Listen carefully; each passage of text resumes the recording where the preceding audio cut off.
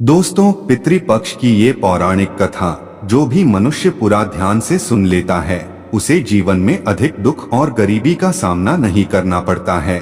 उसके पूर्वज हमेशा उसकी रक्षा करते हैं। दोस्तों, आज की कहानी बहुत ही ज्यादा ज्ञानवर्धक और एक शिक्षाप्रद होने वाली है, इसलिए जल्दी से वीडियो को लाइक करके और चैनल को फटाफट सब्सक्राइब कर लो ताकि प्राचीन कहानियों से आप हमेशा जुड़े रहे। दोस्तों, एक बार की बात है, एक विशालकाय बरगद के पेड़ पर एक तोता और मैना रहा करते थे। एक दिन तोते ने मैना से कहा, पिया जी, आज कोई कहानी सुनाइए जिससे हमें कोई ज्ञान की प्राप्ति हो और वह ज्ञानवर्धक भी हो। तब तोता कहता है, अभी अभी पितृपक्ष चल रहा है, हम तुम्हें इसी का एक पावन कथा सुनाते हैं जो तुम बड़े ही ध्यान से सुनना, क्योंकि इस कथा को सुनने से पितृ दोष भी नहीं लगता है और दुखों का नाश होता है, घर में सुख और शांति आती है।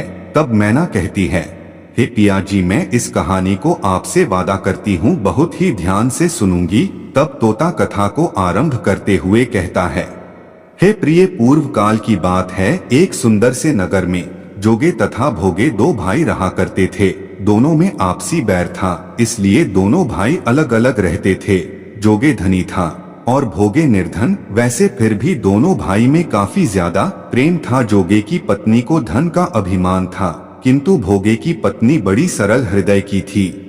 पितृपक्ष आने पर जोगे की पत्नी ने जब जोगे से पितरों का श्राद्ध करने के लिए कहा तो जोगे इसे व्यर्थ का कार्य समझकर टालने की चेष्टा करने लगा और बोला, ये सब फालतू काम है, जरा सोचो, दादा परदादा को मरे हुए कितने वर्ष हो गए हैं, मरने के बाद भला कौन यहाँ आएगा भोजन करने। यह सब फालतू काम है जिन्हें कोई काम नहीं होता है। वही सुबह उठते हैं, स्नान करते हैं, पानी देते हैं, पितरों का श्राद्ध करते हैं, दुनिया का नाटक करते रहते हैं। तुम थोड़ा दिमाग लगाओ, जो मरते हैं उन्हें किसी योनि में डाल दिया जाता है, यह तुमने सुना होगा। तो अब वह दूसरे योनि में चले गए होंगे, अब यहाँ भला वह भोजन करने कैसे आएंगे। यह सब मूर्ख लोग ही करते हैं। पितरों का श्राद्ध वराद हम कुछ भी नहीं करेंगे। यह कहकर जोगे वहां से चला गया और पितरों का श्राद्ध नहीं किया। उधर भोगे का जैसा नाम था वैसे वो काफी गरीब था। उसका जीवन बड़ा दुख में बीत रहा था। भोगे को दाने दाने लाले था। भोगे का समय ऐसा गिर गया था कि उसे एक खुराक भोजन का तरस मान हो चुका था, लेकिन फिर भी भोगे ने हार नहीं माना। अपने पितरों का श्राद्ध करने के लिए एक सेठ के यहाँ पर गया, बोला, कुछ पैसे उधार दे दो, मैं तुम्हें जल्दी ही लौटा दूंगा। लेकिन सेठ ने हार देने से मना कर दिया। भोगे को वैसे ही घर वापस आना पड़ा। अब भोगे ने घर आने के बाद पितरों के लिए सिर्फ आग जलाकर छोड़ दिया और ना ही उसके घर में गरीबी के कारण कुछ बना था, ना ही कुछ खुद खाया और ना ही पितरों को कुछ खिलाया। उनके नाम पर सिर्फ अग्यारी दे दिया। फिर पितृ भूमि पर उतरे। जोगे भोगे के पितृ पहले जोगे के यहाँ गए तो क्या देखते हैं कि उसके घर वाले सभी भोजन पर जुटे हुए हैं। फिर पितर कुछ ना पाकर और निराश होकर वे भोगे के यहाँ गए तो वहाँ क्या था कि मात्र पितरों के नाम पर अग्यारी दे दी गई थी। पितरों ने उसकी राख चाटी और भूखे ही नदी के तट पर जा पहुँचे।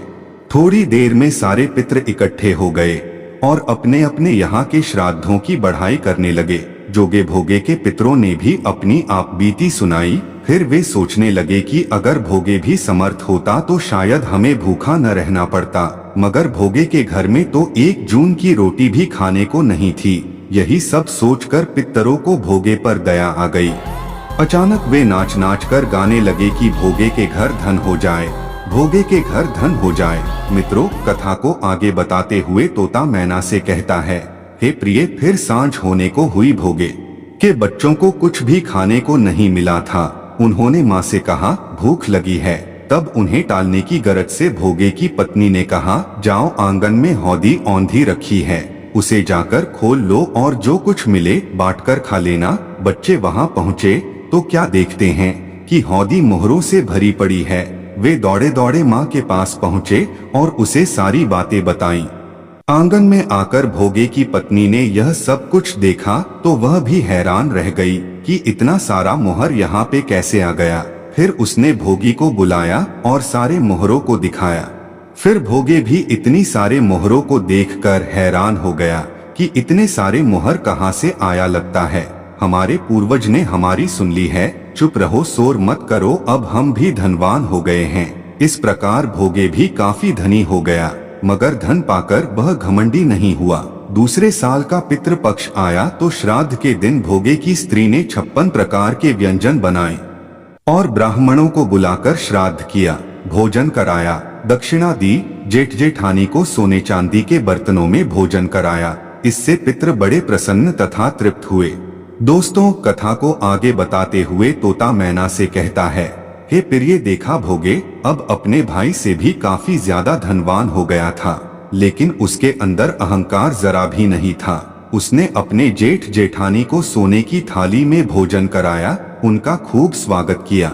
हे प्रिय, अब मैं तुम्हें महाभारत की एक अद्भुत कथा सुनाने जा रहा हूँ, जिससे तुम्हें पता चल जाएगा कि पितृपक्ष क्यों मनाया जाता है। हे प्रिय, एक बार जब अर्जुन ने कुंडल और कवच वाली बात इंद्रदेव को बताई तो उन्होंने अपने पुत्र की रक्षा के लिए इंद्रदेव एक साधु का वेश धारण किया और नदी में स्नान कर रहे कर्ण के पास पहुँचे। कर्ण जैसे ही स्नान करके नदी से बाहर आए तो साधु का वेश बनाए इंद्र ने उनसे दान मांगा। कर्ण ने इंद्रदेव से कहा कि अभी अभी वे स्नान करके निकले हैं, इसलिए उनके पास कुछ नहीं है, वे राजमहल में जाकर साधु को कुछ दे देंगे। लेकिन साधु ने हठ किया कि उन्हें इसी समय दान चाहिए। कर्ण ने जब कहा कि वे इस समय दान में क्या दे सकते हैं, तो साधु का वेश बनाए इंद्रदेव ने कहा कि उन्हें कर्ण के कवच और कुंडल चाहिए। यह सुनकर कर्ण ने अपनी दानवीरता का परिचय दिया और इंद्रदेव को कवच कुंडल दान में दे दिए।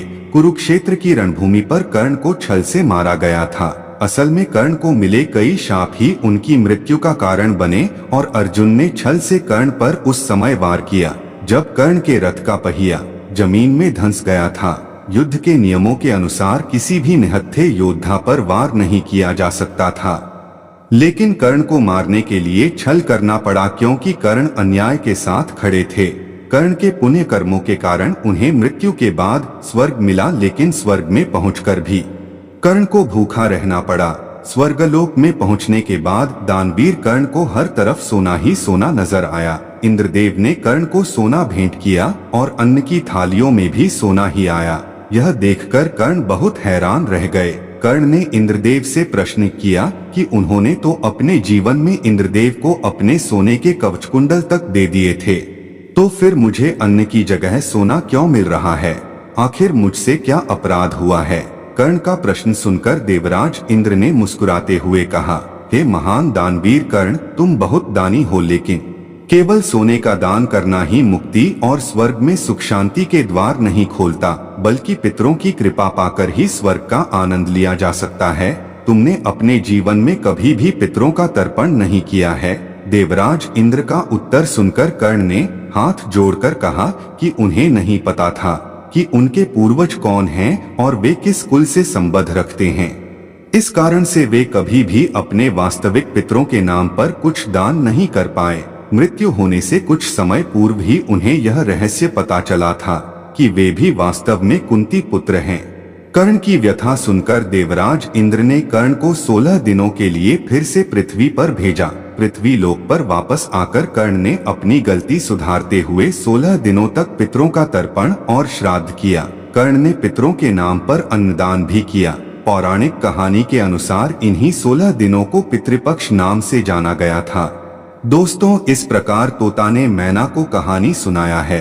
कहानी कैसी लगी कमेंट में जरूर लिखना और चैनल अभी तक सब्सक्राइब नहीं किया हो तो कर लेना। वीडियो को लाइक कर देना। वीडियो देखने के लिए आप सभी का धन्यवाद।